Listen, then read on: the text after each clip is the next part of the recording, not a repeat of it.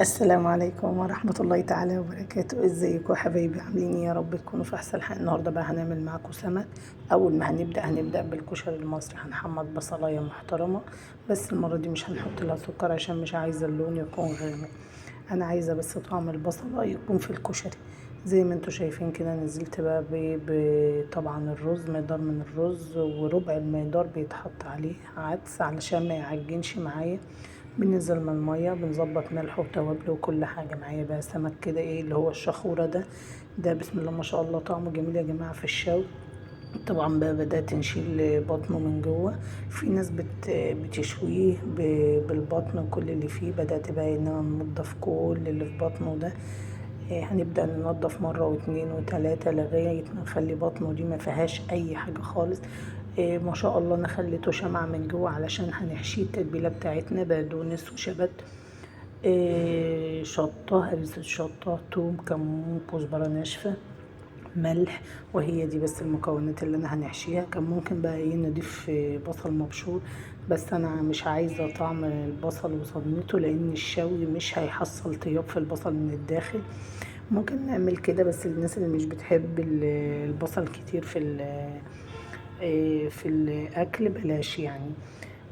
هنجيب بقى ردة كده نحضرها معايا. طبعا ردة كده جميلة كده زي ما انتوا شايفين. الصغير ده بقى كده من كتر ما انا بنعمل بسرعة علشان كان عندي شغل. مسكت بقى التتبيلة ديت. يستحسن يا جماعة تتركن شوية. حطيت عليها ليمون وقلبتها تقليبة حلوة كده عشان تدبل معايا شوية. وقطعت الطماطم حتت صغيرة. هنشيل بقى البذر اللي فيها. طبعا الشوي بقى عايزة نعلق على السمك على طول. بعد ما نضفته بدأت نحشي من الداخل كده. وده يا جماعة بيدي للشوي بسم الله ما شاء الله طعم رهيب. جربوها بصراحة مش هتندموا.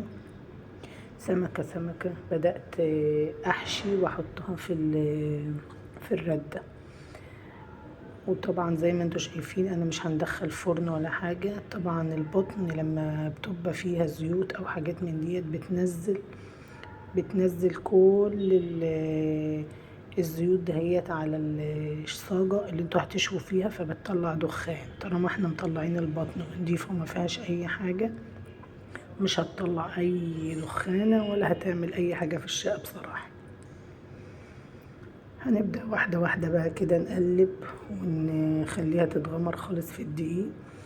ومسخنة بقى الصاجة. اهم حاجة يا جماعة ان احنا بنسخن الصاجة تسخين يعني تبقى زي اللهب كده علشان ما يلزقش معايا السمك. وهتشوفوا هيطلع معايا عامل ازاي. بسم الله ما شاء الله كان بصراحة يوم جميل. طبعا البوتاجاز ما كنتش غسلاه ومحضراه كده ايه عشان هنشوي. طبعا بعد الشوي بيحصل إيه زي ما انتوا عارفين. طبعا انا بنجيب كوباية مية وبنحطها تحت الصاجة علشان ما تحرقش معايا البوتاجاز. ودي حاجة يا جماعة حلوة ليكم بصراحة، فكرة حلوة. انا بنحطها بحيث ان المية بتتبخر بس البوتاجاز مش بيجرى له حاجة لان المية بتكون عازل. تحطوا على البوتاجاز بتاعكم شوية مية وبعد كده بقى دعكة بالسلكة بترجعوه جديد زي ما كان. بصراحة شوي البيت أنضف وأطعم. أنا بنتي هي كانت بتعمل معاكم السلطة وبتقولي صوريني يا ماما وأنا بنعمل السلطة. الإيد الصغننة الجميلة دي هي جنى. كان بس السلطة كانت طماطم وخضرة وشبت وبقدونس قصدي وكزبرة.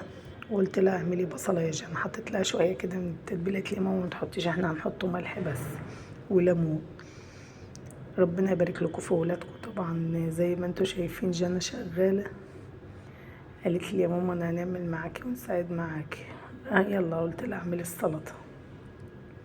كده بتقلب السلطة كده زي ما انتوا شايفين. هي بتحب تقلبها كده، هي غاسلة ايديها. نقول لها ما جنى بمعلقة كده عشان الفيديو. تقول لي لا يا ماما هو كده بطبيعتنا. التوم معايا. توم بقى هنا الايه الحاجات اللي انا هنعملها عشان نسقي بيها السمك بعد ما يطلع من الشوي. معايا ميه وتوم وهريسة شطة وكمون، نفس المكونات اللي احنا حشيناها في بطنه. هنحط بقى عود بقدونس كده بشبت، هنخرطه تخريطة ونحطه عليه. هنقطع ليمون برضو. ليمون بقى يا جماعة زي ما انتوا عايزين. بصراحة السمك بيحب الليمون بسم الله ما شاء الله. طبعا في الأيام المفترجة ديت، الأيام الحلوة من ذو الحجة ديت، عايزين بقى نصلي على الرسول وندعو دعوة حلوة كده من القلب، ربنا يحقق لكل واحد أحلامه ويكبر بخاطرنا وخاطركم إن شاء الله. وينجح ولادنا كلها يا رب، ويصلح أحوالنا يا رب وأحوال المسلمين.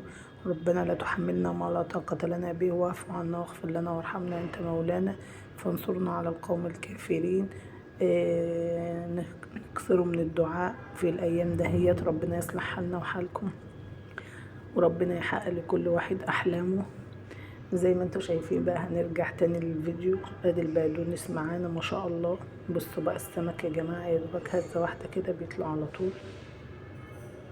بسم الله ما شاء الله. بدات كده بقى نقلب فيه، طبعا هو خد له ايه، بصوا خد له لون كده، يعني السمكه استوت معايا. بنبدا بقى اللي انا ايه، بنهز السمكه من تحت، يعني مش بنهزها نمسكها كده نكسرها، لا مش عايزاه ينهار. السمك يا جماعه لحمه طري، وزي ما انتوا عارفين احنا بنزقها من تحت كده ايه ما بين الصاجة. بصوا عشان احنا مسخنين الصاجة، طالعة زي ما هي محترمة كده وجميل. إيه ما شاء الله. بصوا الدخان بسيط، مفيش دخان زي الشوي اللي هو. بصوا بطن نضيفة، مش بتنزل زيت، الزيت او بتنزل دهون، الدهون بتنزل على الصاجة. ما شاء الله مفيش اي حاجة من ديت خالص. ادي الكشري معايا زي ما انتوا شايفين. بصوا فلفل، بصوا البصله بسم الله ما شاء الله عطيه له طعم. فاضل بس يا جماعه الريحه نشمها تبقى بسم الله ما شاء الله. تعرفوا بجد ان الاكل ده تمام. بصوا بقى محضره كل حاجه قدامي. هنخلص بقى ايه كله كده، هنبدا نشيله. بصوا والميه طبعا اتشربت اللي هي على البوتاجاز زي ما انتوا شايفين. احلى سمك بصراحه دقته في حياتي اللي هو بيكون من البيت. مفيش حد بيعمل بالراحة، طبعا بره ربنا يرزقهم، بس البيتي ما شاء الله. طبعا عملت بقى شوية سمك كده، بدأت بالتتبيلة اللي انتوا شفتوها معايا، اللي انا عملتها من الكزبرة والكمون والبقدونس والليمون، نرش عليها كده. وطبعا وملحها تمليحة حلوة. قابلتها شوية برضو سلطة محترمين كده اللي انتوا جانا شفتوها بتعملهم، والكشري. يا رب نكون عند حسن ظنكم، يا رب تكون فيديوهاتي بتعجبكم. ما تنسونيش في الاشتراك واللايك والشير. طبعا انا عايزاكم كده تفعلوا زر الجرس عشان يوصل لكم كل جديد وينتشر الفيديو بتاعي. يا رب نكون كده كل فيديوهاتي بتعجبكم ونكون عند حسن ظنكم. والسلام عليكم ورحمة الله تعالى وبركاته.